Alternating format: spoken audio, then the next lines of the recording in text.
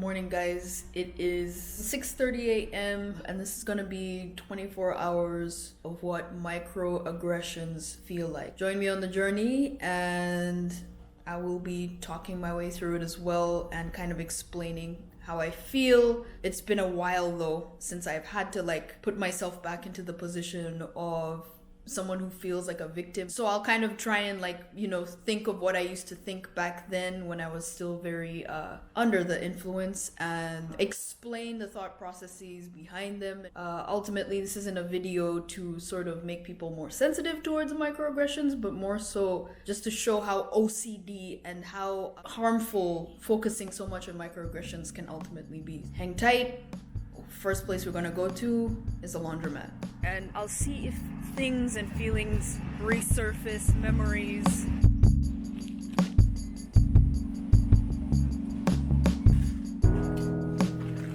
Honestly, it wasn't that bad. There were two people in there. I might have been a bit self-conscious about my hair, for example. There's a lot of concern over, people with natural hair or afros over what our hair looks like, or is it sticking out in the back? Is it flat? Are people subconsciously kind of grading your status based on your afro or the condition of your afro? Sometimes I wake up and half of the side that I slept on is down and I'll forget to fluff it out. So I will say I was a little bit self-conscious about that. I'm gonna have some coffee, do some work, and then we'll check on the laundry and maybe just fast forward from there.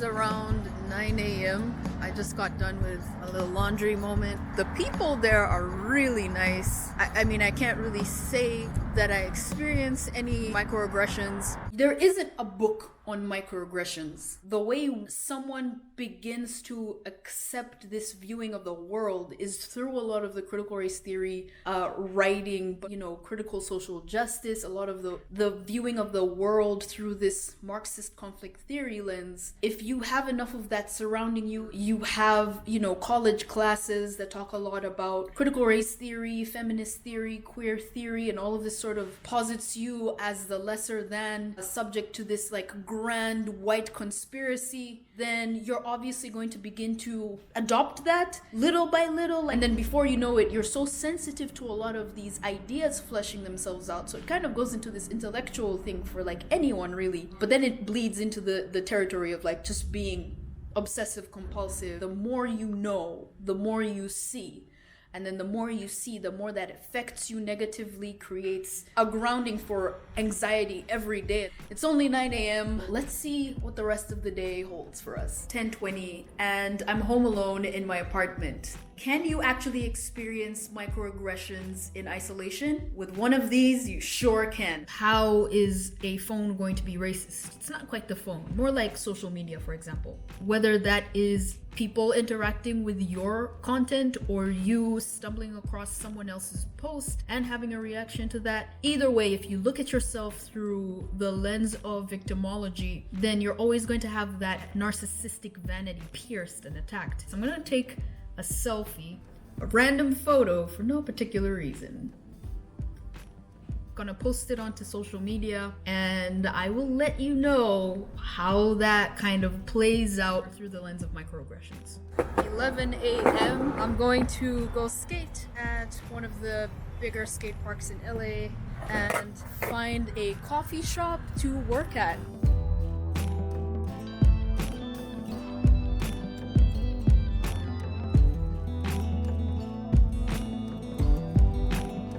I just got to downtown LA from North Hollywood. The train ride was crazy. As soon as I got on the train, this one guy got up and moved, and I guess that's more because of the camera than any other factors. So I'm not really counting that as an example of a microaggression.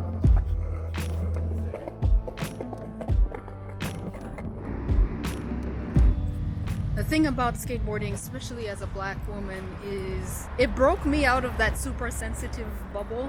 It is kind of awkward both when you're skating or if you're just walking with a skateboard.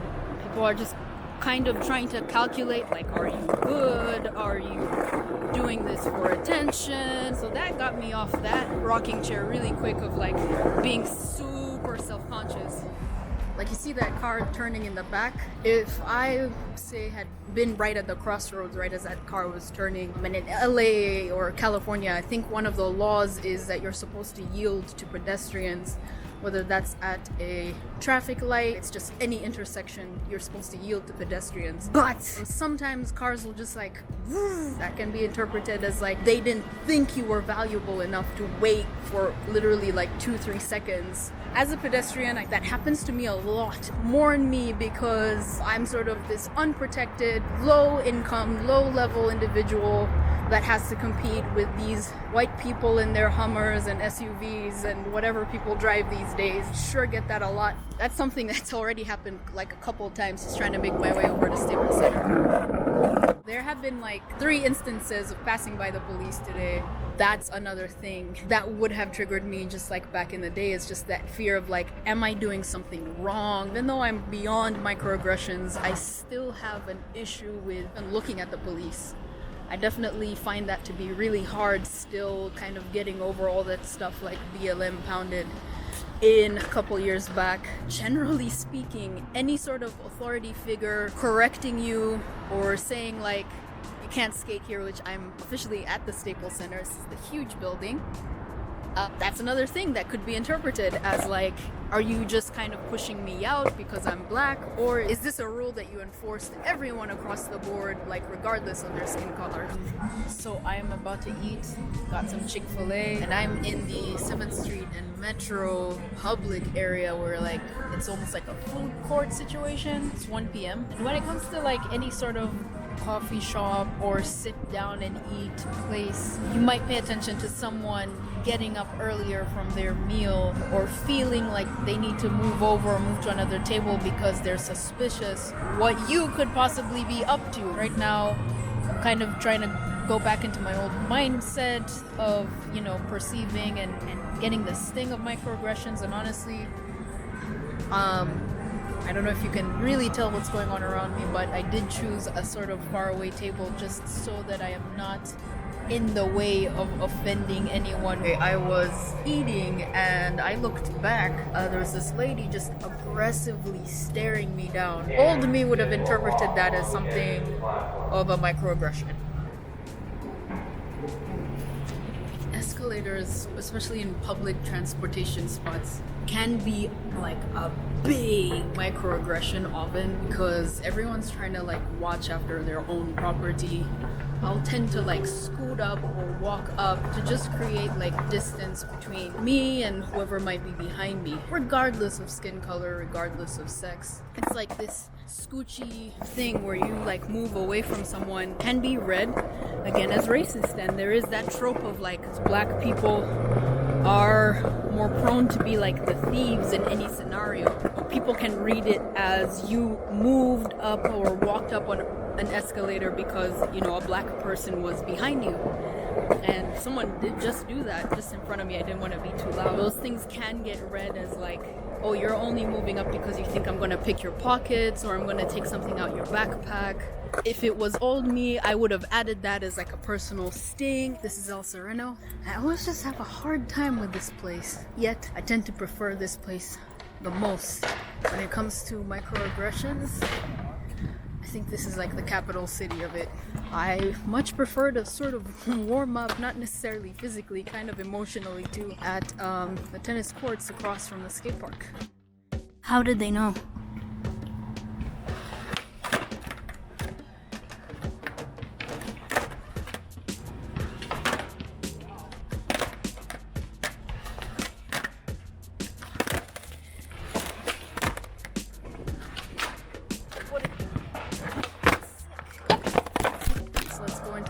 Skate park.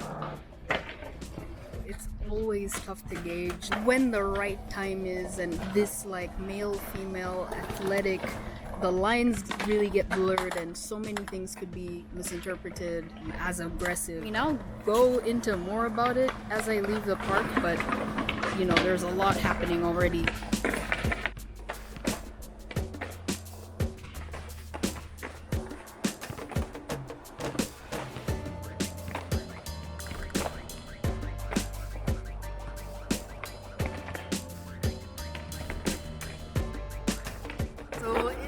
4:30 right now. I just got from the my English is gone. I'll say I had a really good session. Given that I'm not quite in the microaggressions mind frame, things tend to go a lot better. I leave feeling better, but I still have a bit of those hibby-jibbies when it comes to entering a white male-dominated space, although I can say like El Sereno Skatepark isn't quite white. Maybe I'll talk about this when I'm not walking. There was a man sitting there and he moved over to the other side. I don't know if it's because he didn't want me to see what was happening on his phone, but I could have counted this as a microaggression. It's about 7:30 p.m. An update on the skate park.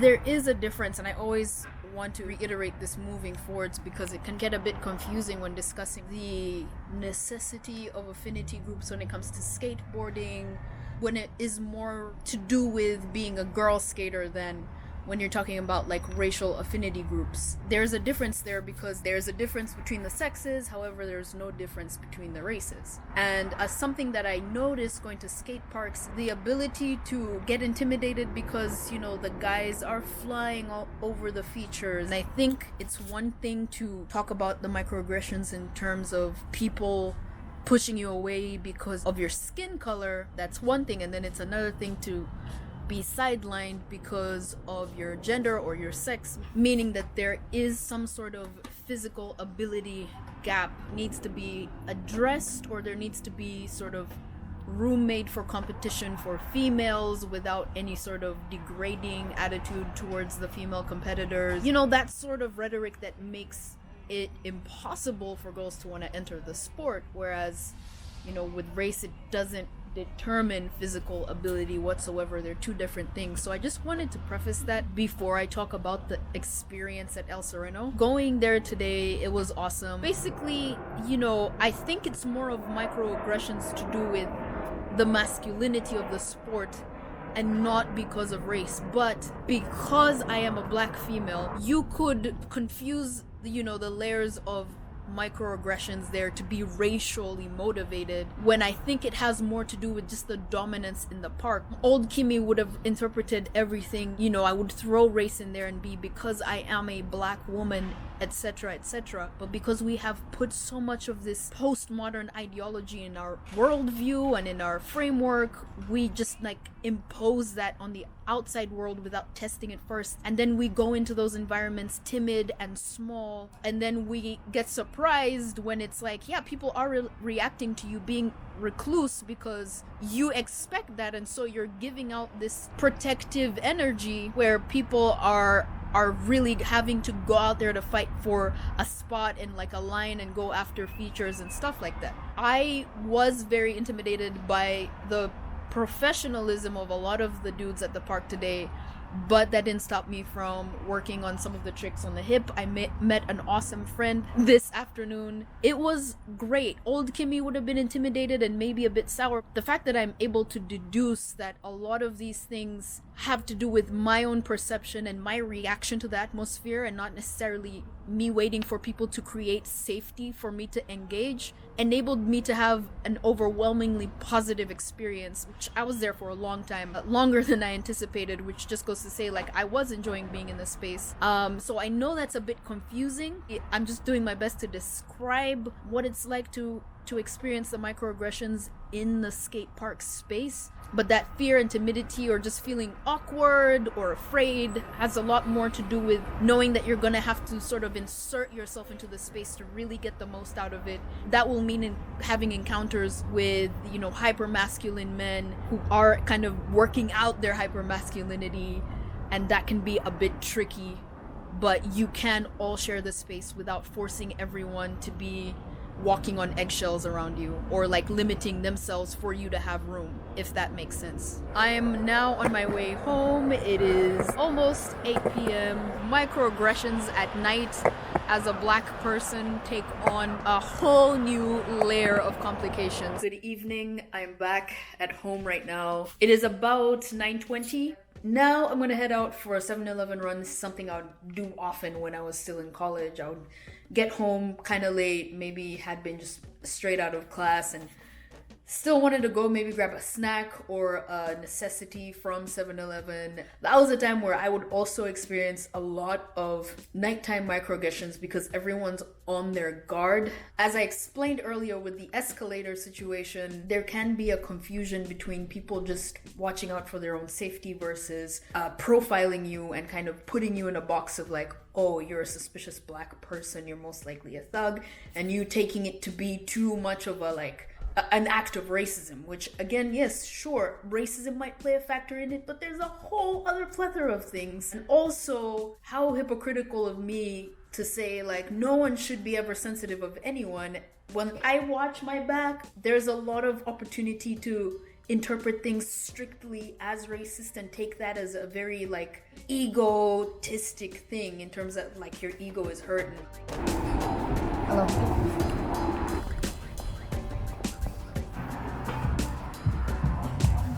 Not allowing me to cross before they pulled out of the garage, even though they did notice that I was right there. That could be a microaggression. And I'm just saying that to show how ridiculous microaggressions can be, because you're overanalyzing anything in this very vain, narcissistic way. It's like the world revolves around you. That case over there. Old, woke Kimmy, passive aggressive. Microaggression, analyzing Kimmy would have been all like, they didn't make room for me to pass, therefore it was more so like you're the servant, you have to be the follower and they'll sort of lead or at least get to take up the path. But if you didn't notice, and this is something that a lot of people fail to take into consideration, and something I've always wanted to touch on is having a kid with you and sort of being a family unit. It's like, who gets the respect? The person with a different skin color or the person with an infant? So that's another really up in the air moment for microaggressions. I'm about to go into the 7-Eleven, and this particular 7-Eleven, no matter how long I've lived here or how often I go there, I always sort of get, even now, even after I come out of this microaggression thing, and this could just be the nature of being a store owner, I've always sensed from my woke days into the modern day indifference about my presence or a certain coldness. Now I will say that has changed, like it varies because the people that work here change, and obviously like you kind of get more used to seeing me come in. I'm just going to show you what it's like inside there. You deduce what you deduce.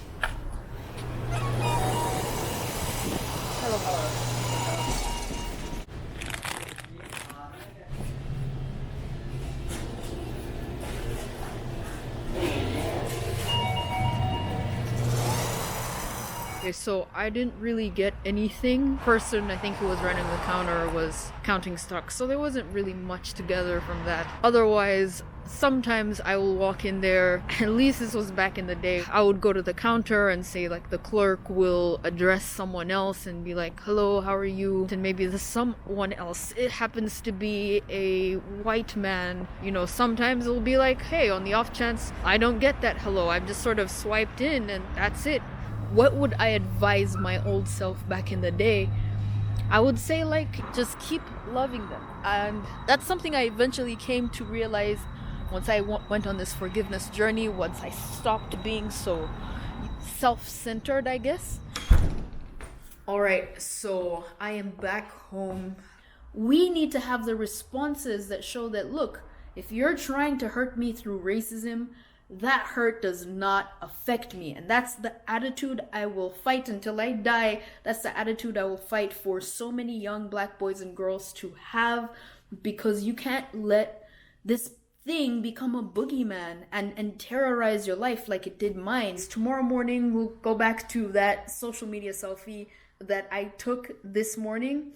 And I'll explain a little bit of how social media can also contribute to the stings of microaggressions. Hey guys, good morning. It is just a few minutes to 7 a.m. the following day. I just woke up, and usually something that is a really bad habit of mine is just like immediately checking social media in the morning. Now, before I get into the social media, I just want to briefly talk about like what sleeping was like. You can correct me on this, but I do believe that everything that I experienced the day prior in terms of microaggressions can get sort of hardwired as I sleep into these negative brain pathways, neuropathways. And so, now I've integrated it, slept on it. So now it's something I've rehearsed and practiced and truly believe and reaffirmed. And now I roll out of bed and the first thing I'm going to do is check my Instagram. And so I took a selfie yesterday, something that can be very unhealthy when you're constantly comparing yourself to other people in terms of race, especially if you feel like you're always getting the shorter end of the stick, is like always reading statistics and analytics the wrong way. And so I'm gonna go to my little selfie photo that I took yesterday. Here she is. And it has 531 people saw that. Something I don't like about Instagram is the ability to read into the statistics, and that can be really unhealthy. 498 accounts reached, content interactions 8 out of the 498 and 531 people that saw the selfie. Forward 455, back 48, exited 27, and that exited can really make you wonder like, oh, did they exit because my raw blackness was too garish or whatever, Next story 21, profile visits 1. That's just another way that social media can aggravate microaggressions in a very toxic way, especially if it's the first thing you're seeing when you wake up, even though now, I don't really think anything of those at the moment. But hey guys, so I've had some time to get coffee into my system, and I just wanted to leave with some final remarks on the entire 24 hours of experiencing and kind of walking through microaggressions. Now, I actually had